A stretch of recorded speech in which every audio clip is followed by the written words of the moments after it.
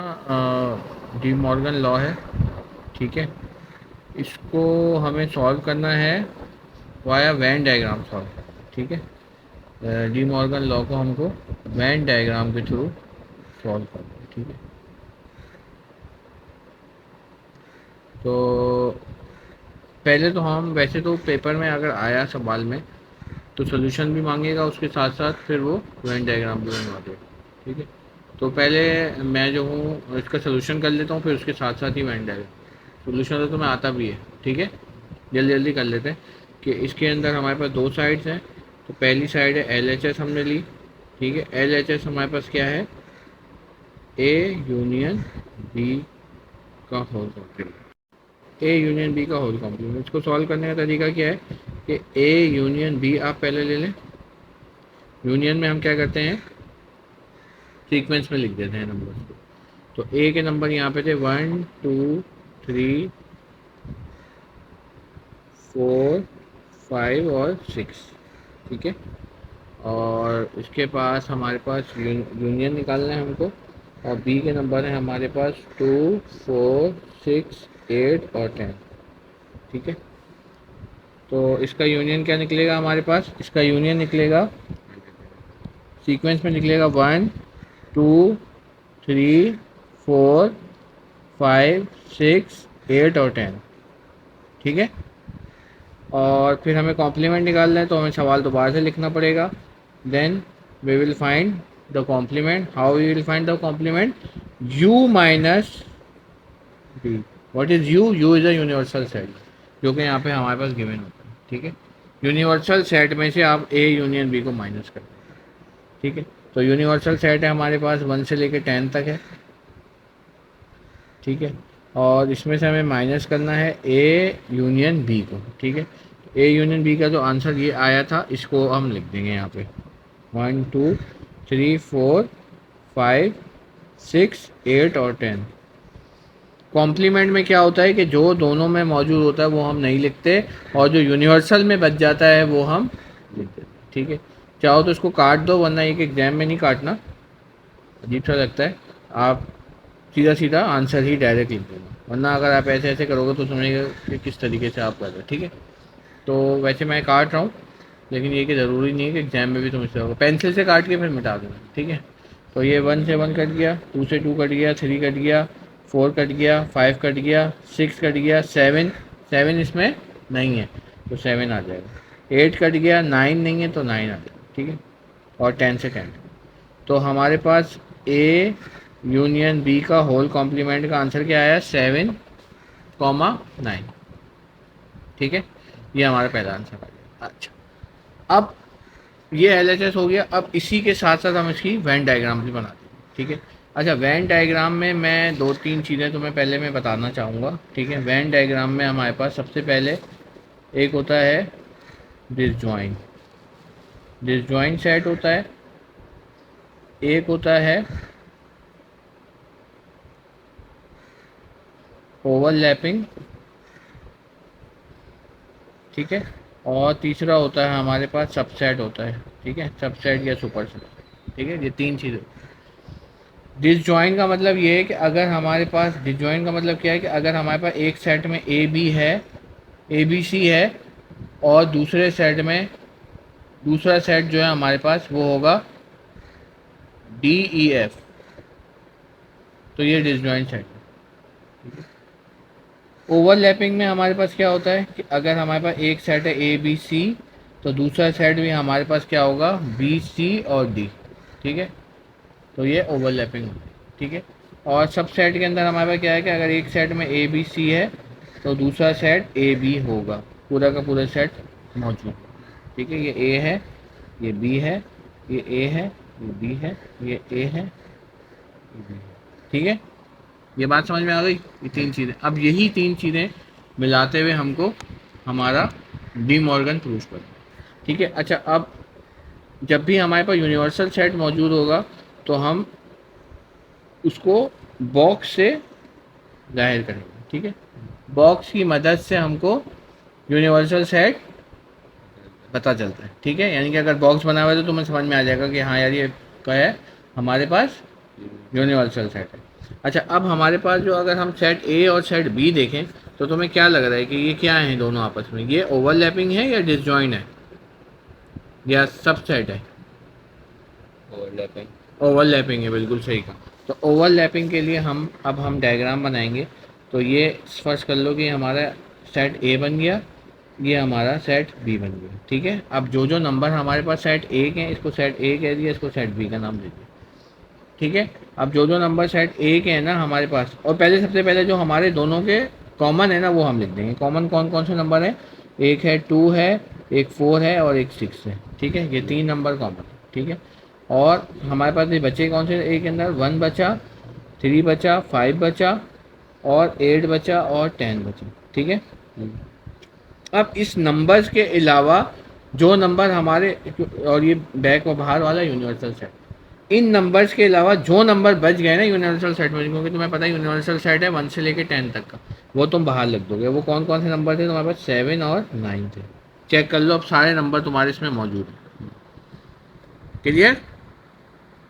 ठीक है, अब सबसे पहले जो तुम बना रहे हो इसके अंदर बना रहे हो ए यूनियन बी का बना रहे हो। देखो, जब भी हमारे पास इसको वेन डायग्राम अगर जब हमें बनानी होती है, वेन डायग्राम जब हमें बनानी होती है डी मॉर्गन के अंदर, तो हम सबसे पहले उसकी कॉम्प्लीमेंट से पहले वाली कंडीशन निकालते हैं। क्योंकि देखो यहाँ पे भी तुमने कॉम्प्लीमेंट से पहले वाला लिखा। ठीक है, तो कॉम्प्लीमेंट से पहले वाले के अंदर तुमने पूरी यही डायग्राम 2 दफ़ा बनेगी, लेकिन इसके अंदर होगा कलर।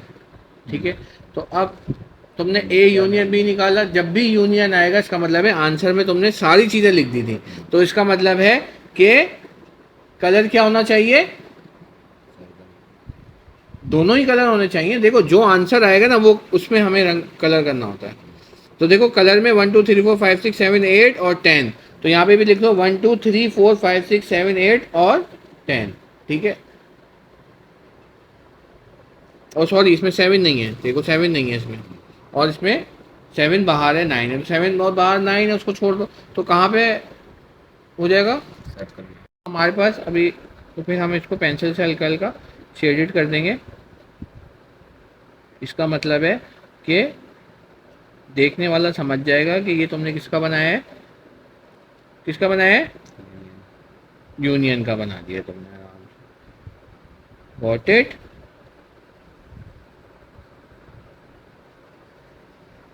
इतनी बात समझ में आ गई? ठीक है, अब ये तो तुमने बना दिया ए, अब तुम्हें यही डायग्राम दोबारा से बनानी पड़ेगी। ठीक है, ये डायग्राम मैंने दोबारा से बना दी। ठीक है, अब मेरा आंसर तुम ज़रा देखना। अब मैंने तुम्हें बताया कि ये वाला किसका बनाया है? ये बनाया है मैंने ए यूनियन बी का होल कॉम्प्लीमेंट का बनाया। ठीक है, मैंने तुम्हें एक बात बताई है। क्या बताई है?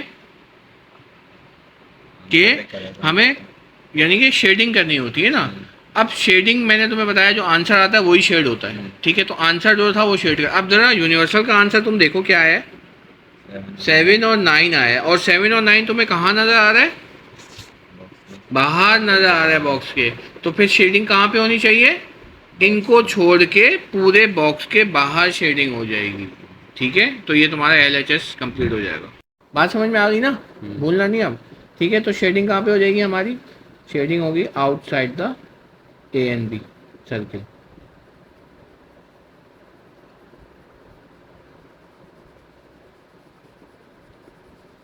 ठीक है, ठीक है, तो ये मैंने यहाँ पे शेड कर दिया। ये LHS हमारा कंप्लीट हो गया। ठीक है, अब हम चलते हैं RHS की तरफ। LHS लिया हमने, RHS लिया हमने।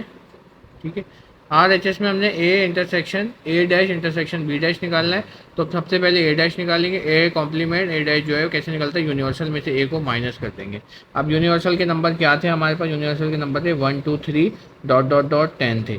ठीक है, माइनस A के नंबर क्या है हमारे पास? वो है 1 2 3 4 5 और 6। तो हम दोनों का माइनस निकाल लेंगे, दो जाने के दोनों में मौजूद होगा वो नहीं लिखेंगे, और जो यू में बच जाएंगे वो लिख देंगे। यानी 1 2 3 4 5 और 6 नहीं लिखेंगे, 7 8 9 और 10 लिख देंगे। ठीक है, तो ये तुम्हारा 7 8 और 9 और 10 लिख देंगे। ठीक है, अच्छा इसी तरह बी कॉम्प्लीमेंट निकाल लेंगे, यू माइनस बी निकाल लेंगे। यूनिवर्सल के नंबर हमारे पास वही सेम थे। यूनिवर्सल में से हमको बी को माइनस करना है। बी के नंबर हैं 2 4 6 8 और 10। ठीक है, 2 4 6 8 और 10 को अब हटाने के बाद जो नंबर बचेंगे वो हम लिख देंगे, यानी कि 1 लिख देंगे, 3 लिख देंगे, 4 नहीं लिखेंगे, 5 लिख देंगे, 6 नहीं लिखेंगे, 7 लिख देंगे, 8 नहीं लिखेंगे, 9 लिख देंगे और 10 नहीं लिखेंगे। ठीक है, तो ये हमारे पास आ गया। और दोनों का हमने कॉम्प्लीमेंट निकाल लेना है, इंटरसेक्शन निकाल लेना है। तो यू के जो माइनस वाले नंबर आए थे वो लिख देने हैं यहाँ पे आपको। ठीक है, और जो इंटरसेक्शन हमारे पास आया था 1 3 5 7 और 9 वो नंबर लिख देंगे। ठीक है, तो दोनों का कॉम्प्लीमेंट क्या निकला, दोनों का इंटरसेक्शन क्या निकला, दोनों का इंटरसेक्शन क्या निकला दोनों का इंटरसेक्शन 7 और 9। तो देख लो दोनों का आंसर सेम आया है, दोनों का आंसर सेम आया है, इसका मतलब हमारा सवाल सही है, इसका सवाल हमारा सही है। तो हमारे पास हम लिख देंगे LHS इक्वल्स टू RHS। ठीक है, ये तो तुम्हारा हो गया सवाल की हद तक। ठीक है, अब हमें क्या बनानी है, इसकी वेन डायग्राम बनानी है। ठीक है, अब हमको क्या बनानी है, इसकी वेन डायग्राम बनानी है। ठीक है, ठीक है, वेन डायग्राम्स के लिए अब हमको दोबारा से काम करना पड़ेगा। सबसे पहले वही बॉक्स बनेगा, देखो बॉक्स जो है वो एक ही बनेगा और वही सेम पिक्चर बनेगी, बस हमको शेडिंग का अंदाज़ा होना चाहिए। ठीक है, ये ए है और ये बी है हमारे पास, वही हमारे पास जो चीज़ें कॉमन आई थी 3 5 और हमारे पास ये क्या था 2 4 और 6 था और 8 और 10 था और 7 और 9 हमारे पास बाहर आ रहा था। ठीक है, और ये यूनिवर्सल था। अब देखो इस सवाल में हमारे पास सबसे पहले ये किसका बना है, ये बना है ए कॉम्प्लीमेंट का बन रहा है, यानी कि ए कॉम्प्लीमेंट का आंसर हमारे पास ये आया है। तो यही शेड होना चाहिए। तो 7 8 9 और 10 जो है वो कहाँ पे आ रहा है, तुम देख लो 7 8 9 और 10 कहाँ पे आ रहा है, 7 7 7 8 9 और 10 ये वाला हिस्सा पूरा और ये बी का थोड़ा सा हिस्सा। ठीक है, तो ये तुम्हें शेड करना पड़ेगा यहाँ। ठीक है, तो ये वाला पूरा हिस्सा हो जाएगा यूनिवर्सल का। ठीक है, मैं बहुत ही आसान तरीके से लेके चल रहा हूँ कि मुश्किल नहीं बता रहा हूँ, कि बस तुम आंसर को फॉलो करते जाओ ताकि तुम्हें जो है ना मुश्किल ना हो और तुम फटाफट जो है वो निकाल दो। ठीक है, तो ये वाला हिस्सा हो जाएगा कलर। ठीक है, और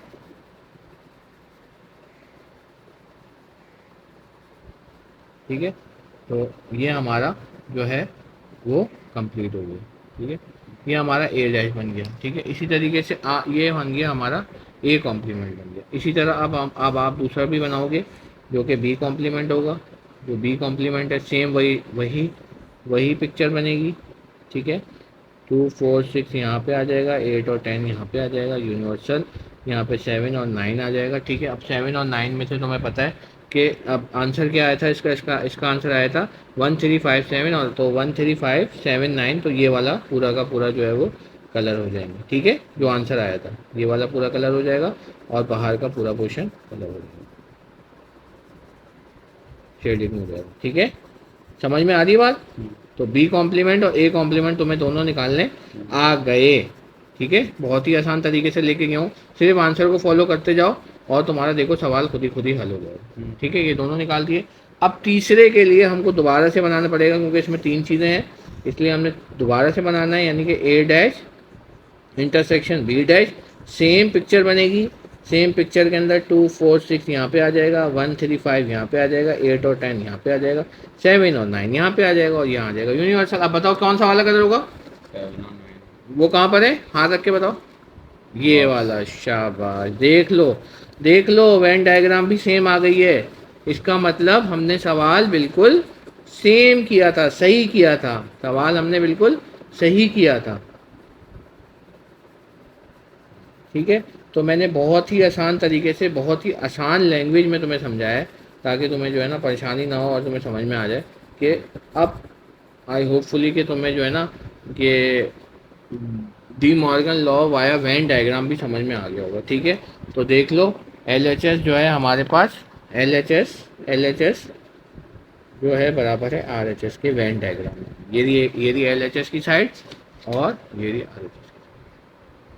ठीक है, पूरा सवाल मैंने तुमको बहुत अच्छी तरीके से समझा दिया और होपफुली कि तुम्हें समझ में भी आ गया होगा। ठीक है, तो बस ये तरीका था हमारा डी मॉर्गन लॉ और ये इस साल आएगा पेपर में, लास्ट टाइम नहीं आया था हमारा वेन डायग्राम वाला, इस साल चांस है कि पेपर में आए। ठीक है, समझ में आ गया। चलो।